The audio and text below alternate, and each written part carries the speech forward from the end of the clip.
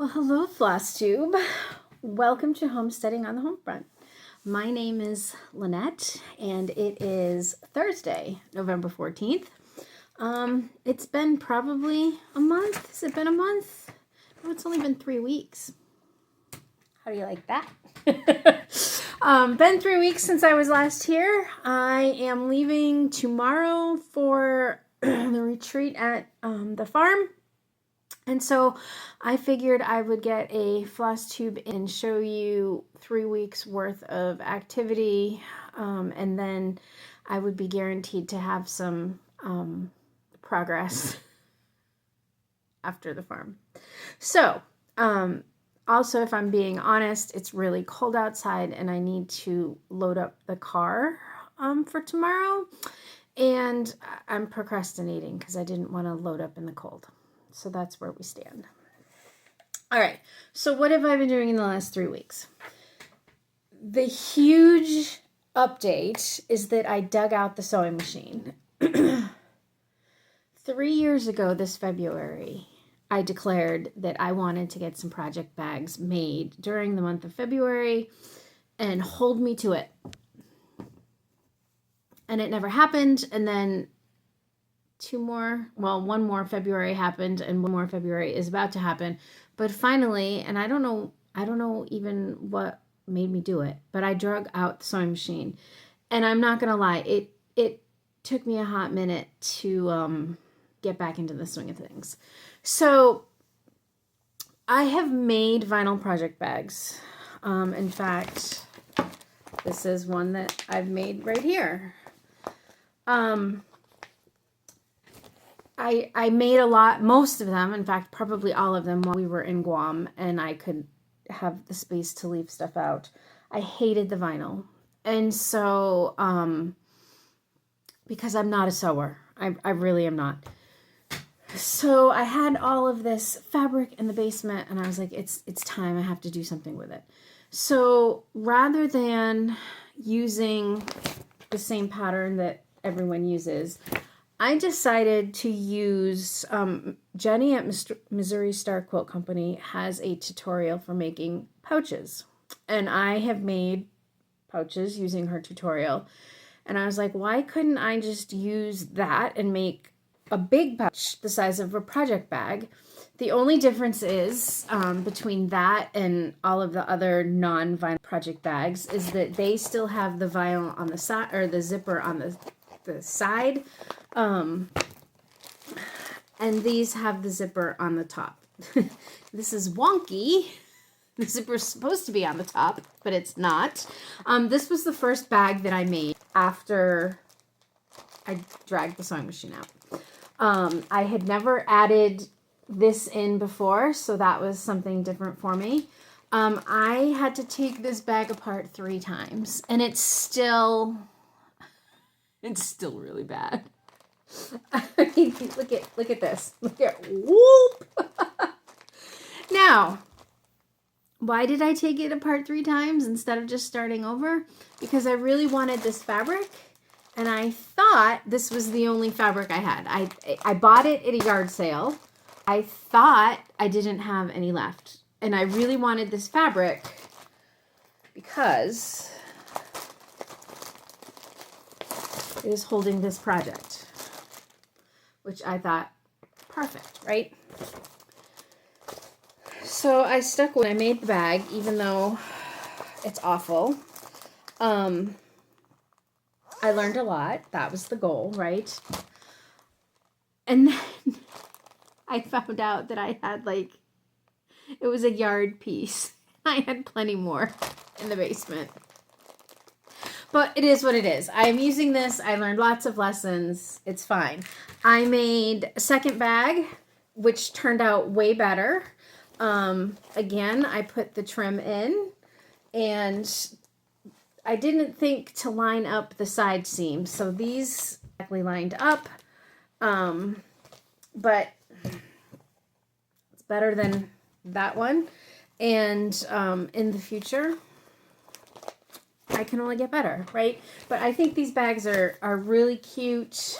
They are so much easier than anything else. So if you know how to sew a straight line, then go watch Quilt Company, the pouch tutorial. You don't even need a zipper foot, right? She doesn't change out her foot for putting the zipper on. So all of the bags that I make from here on out are going to look something like this. All right. So those are my two FFOs. I have more cut out. I have more ready to go. I am just waiting for an order of the trim because I kind of like it. You don't need it, obviously, because, I mean, this would be a cute bag, right? But I just think it adds a little something, something. So I'm going to add the trim to some bags. So you'll see more bags in the future. All right. So on to my FOs, and I have two of them. The first one has been an FO for a while. I forgot to bring it to the last video, but it is this right here. Here it is in all its glory. And now that I have the sewing machine out,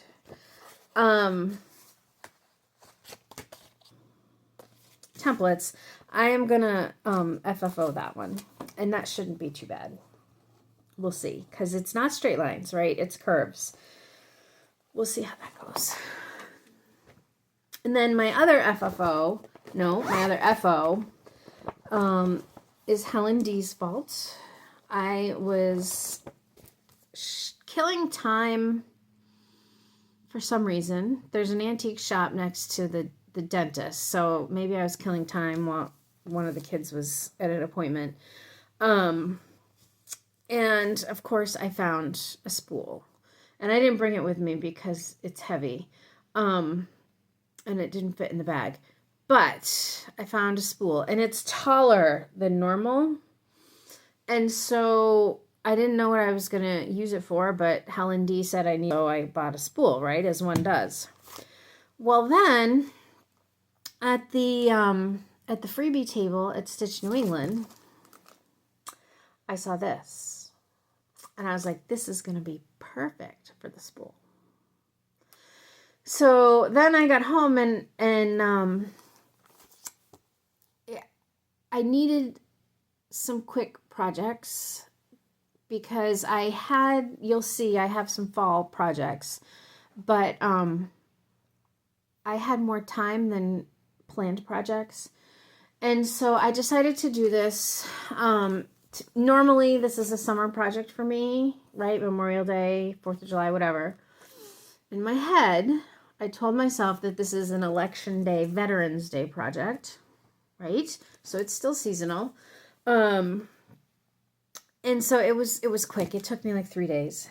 But this is what I had to do because standing up on the spool, it's going to be up and down. And flag etiquette tells us that when the flag is displayed vertically, the blue needs to be to our left, the flag's right. And so what I had to do was I had to flip this. And so when I stitched it up, it looks like this. And yes, when we look at it, the blue is on our left. So I just need to finish that up. Now, I did have to make it not as long as the chart because for some reason I left a lot of room up here, and I don't know why. But I still needed room to finish this one that had already been stitched. This was like a great big long piece of fabric, and I've just been stitching smalls all the way up. So there's not going to be a lot of border around it, and that's fine. It'll fit the spool just fine. And I think I watched Helen's tutorial on how to finish the spool. The fancy sewing hem, whatever. I think I'm just going to use stitcher's tape. So that is on its way. So maybe that'll be at FFO before too long. All right, so now we are on to whips, and I don't have a lot of whips. You guys who know me know that. Dutch Beauty hasn't seen the light of day. My garden sampler stitching in memory of Daleen. I was going gangbusters on it and I loved it, but then I wanted to savor it. I didn't want it to end. So what I decided was maybe I'm only going to stitch on that when I think of Daleen or when something reminds me of Daleen. And so coming up, I will be making a delivery to the local food pantry, and I will stitch on it that day because that reminds me of Daleen. For instance, in the late winter when I sow my poppy seeds that I got from her, I will stitch on it and think of Daleen when those poppies are in bloom. So that one kind of switched in my mind from a whip that is going to get done this year to a whip that, you know, however long it takes me, but I will be intentional in thinking about Daleen when I'm stitching it. All right, so this one is a whip that you have seen. This is As the Crow Flies by Stacy Nash. I had first seen this last year at the farm. Bought it in April at Hobby House when it was still an exclusive from them. And I have stitched everything but the filling in of the house and the roof and the bird. And there's a key or two. Yeah, these 2 keys I haven't stitched. So I'm going to try to get those in tonight. Or maybe I won't try to force myself to get them in tonight. Maybe that'll be a good early morning in my room stitch when there's no distractions, because I cannot count and talk at the same time and I always make mistakes. So maybe what I'll do is stitch the keys in the morning when it's just me and I can concentrate. This is on linen and the lighting at the farm isn't great. So this is going to be a daytime stitch. 4 o'clock when it starts getting dark around here, I'll move on to something else. But I think I can finish this. The goal is to finish it this weekend so that I can get it off of my whip list. I don't have any idea how I'm going to FFO it. It's tall and skinny, and I might have like a cheese board or a cutting board that will fit it, so maybe I'll do that. I don't know. All right, so I mentioned I needed more fall projects. And so flipping through Instagram one day, I saw, and this is an awful picture because my printer cut half of it off, but it is a freebie from Primrose Cottage for their newsletters. And I saw it and I was like, I really want that. So I went and subscribed to the newsletter because I would have anyway. And so I decided this would be a good piece for the farm because I can fill in. So let me switch my needle minders out of the way. This is what it looks like. I just need to fill in the white pumpkin and the orange pumpkin, and I think it's done. And I'm actually using Sulky on these. I had pulled the DMC and the specialty threads, and then I realized, wait a minute, this is so simple. It calls for, how many colors does it call for? 1, 2, 3, 4, 5 colors. I had very close equivalents in Sulky, and I figured I would use that. This is 36 count, I believe. I have a block that I'm going to mount this to, and so I needed 36 count. So I knew if I used Sulky, I would get a nice, thick, vibrant stitch, and so that's what I did. So again, all I have to do is fill in the pumpkins. This is also going to be a daytime stitch because it's on linen. This is Vintage Country Mocha. This is whatever came with the kit. It was blotchy. So I one side was more blotchy than the other. So I turned to the less blotchy side, and then I actually positioned it so that the house would cover the darkest blotch. So I think it's going to be okay.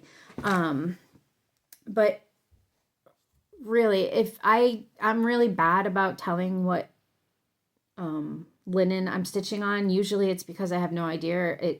It stuff is in my stash and it's not tagged. But Vintage Country Mocha is my go-to. And so I had a scrap. That's my other thing. If a project like this, I'm not going to cut a piece of linen to do a project like this. So I'm limited to what my scraps are. Anyway, so these are the sulky colors. Very easy. I need to use them more often, especially, so I love stitching with one strand, but sometimes in order to fit a frame or whatever I want to finish it on, I need to stitch on 32 count or 28 count. And if it's a sampler, I'll stitch one strand. I don't care. It's a primitive look.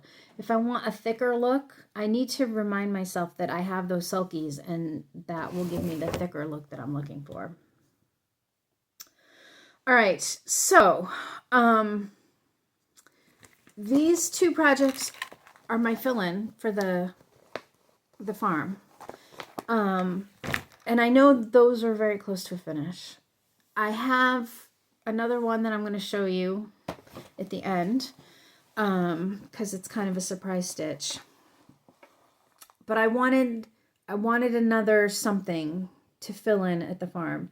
And so the day before yesterday, I went through my stash and I was like, what do I have that that I can finish at the farm? And I found a bag, and they're not all in it, but this is in it. I have stitched this. I literally just need to add the buttons, which are right here in the bag. And also, there were a lot more of Brenda Gervais's winter pieces, and since I need to buy the ones that she came out with recently, there will be more in that. But this was one of them that was in there. And I bought this at the World in Stitches. I believe it was the day that we went to go see the sampler display at the Concord Museum. So I had bought the pattern, and I had also bought threads because I wanted to be able to see variegation in the sweater. For that was Glacial Melt by Weeks Dye Works. All of the other colors were in this bag because I am going to stitch all of Brenda's winter patterns in the same colorways. So basically for this one, it's the same colors for this, right? I had the sweater. I needed some greens. I needed the white. I needed an orange, a dark, right? So it's going to just be in the same colorway. And I figured if I could outline the sweater and stitch the white details, then that would give me some fill-in. And I didn't know how it would take. So then I was like, well, if I finish that, I can outline the snowy areas, stitch the trees, and then I can fill in the white. And sure enough, it took me this is 2 nights of stitching. So I got all of this done so that I can fill in the white. I still need to fill in the trees, but it was just more important for me to get them outlined so I can fill in the white at the farm. I can fill in the blue at the farm. Tonight, my plan is to stitch the arms and the face.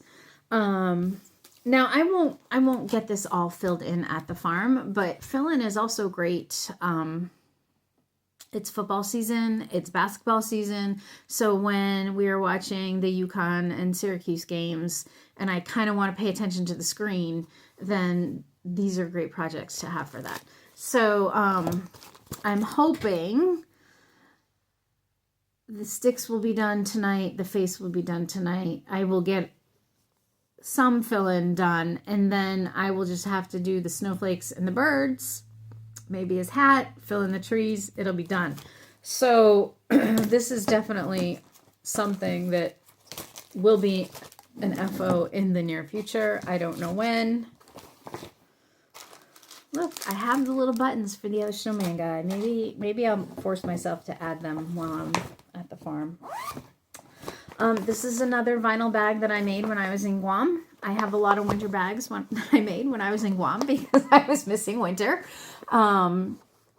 Again, the quality is not great because I'm self-taught and I didn't know what I was doing, but it is what it is. It's functional. All right, so the last project that I need to show you is a surprise stitch, and while I'm talking, I should probably unroll it so that you can see the project in its entirety. So at this point, I am going to say, eldest, you need to stop watching. If you even watch, I don't know. Little one watches, I know that, but I don't know the eldest watches. Eldest, if you are watching, stop it. I'm almost at the end. You're not missing anything. Turn it off and go away. I love you. All right, for the rest of you, if you've been here, you know that my standard fill-in projects have been the states that we were stationed in. And so I have finished all of them except Guam, which means 6 down, 1 to go. I didn't want to start Guam in the winter. I just didn't. So I was looking for another fill-in that I could just have in the works and take with me. Also, when I'm subbing, it's nice to have a fill-in because that's easy to do too during my prep period in study halls and stuff. So I found this pattern and it's online. Let me tell you.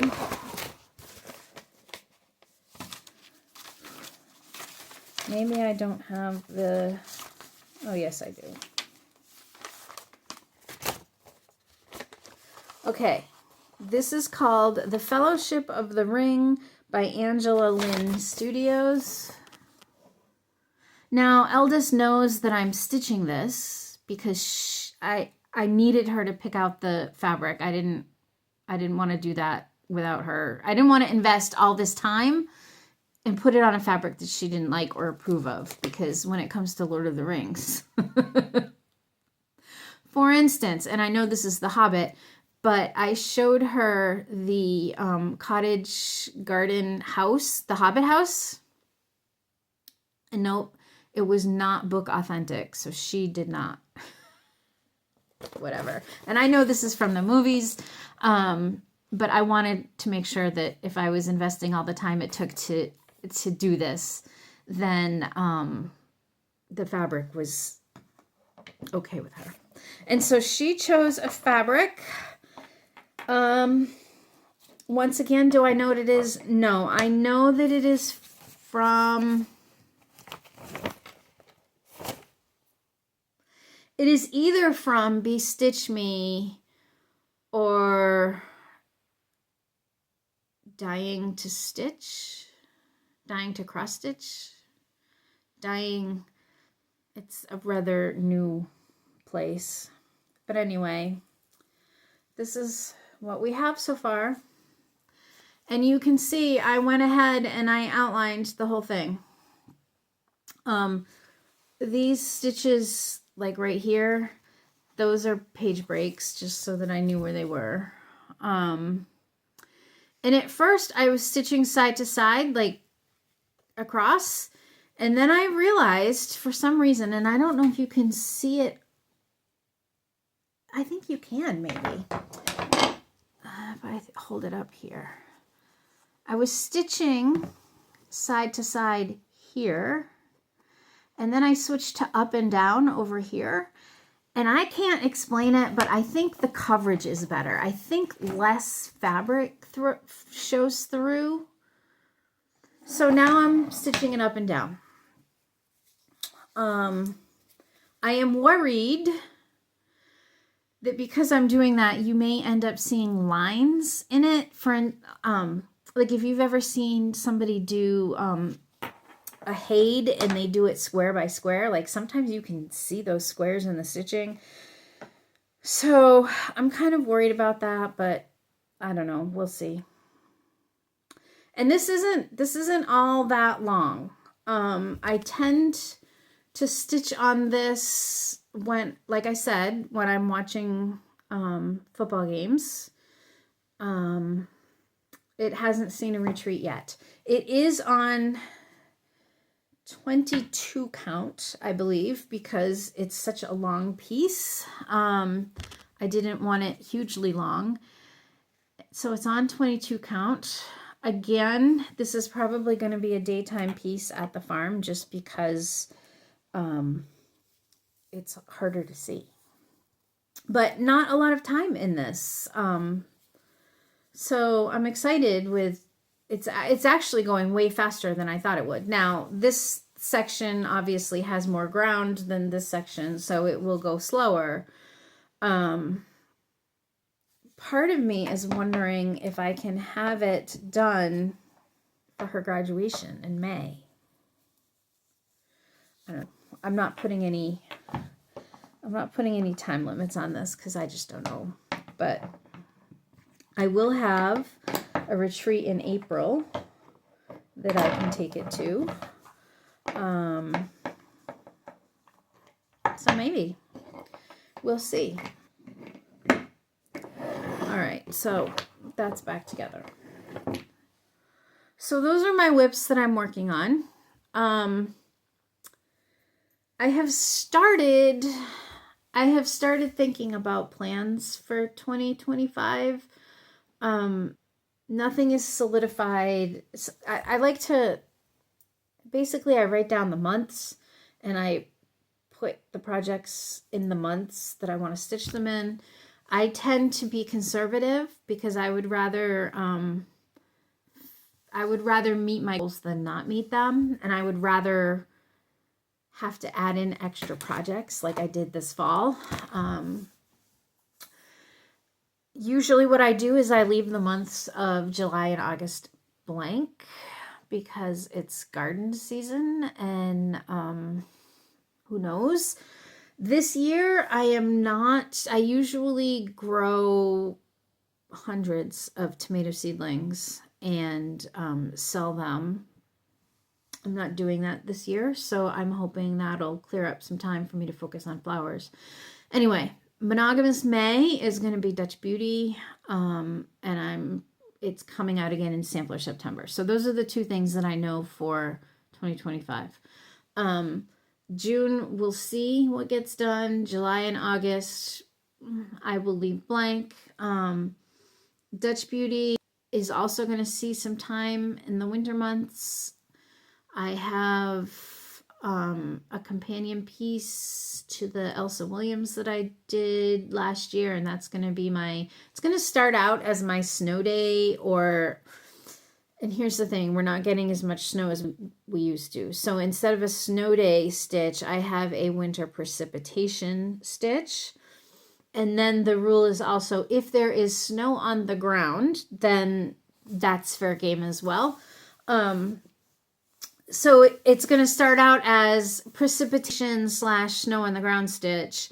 And then as March approaches, it's just going to be get it done before spring. Because once spring comes, I don't want to be stitching on winter scenes.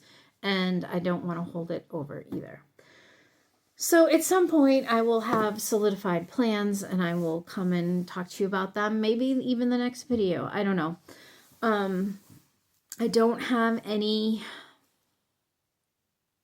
things in the immediate future that I'm going to be starting other than my Santa stitch, which at some point, sometimes it's the week of Thanksgiving, sometimes it's the week after Thanksgiving. At some point, the itch to stitch Christmas is going to happen, and then I will switch over to that in ornaments. Until then, I'll stitch on what I got. I want to finish what I got. I want a low whip list going into the new year. I only have 5 whips now, so like it's going to be low. Last year, I think I carried over 5 whips, and I didn't like doing that. 3 is my max. I would prefer to carry over. If I could carry over The Hobbit, Lord of the Rings piece here, Dalene's piece, and Dutch Beauty. Those are the three, right? I want everything else done. If it snows before then, I'm going to have to carry over my Precipitation Day project as well. We'll see. Maybe I'll be at 5 carryovers again. I don't know. Anyway, if you are going to the farm, I will see you tomorrow. If you are not going to the farm, I will be back at some point with an update. Until then, happy stitching.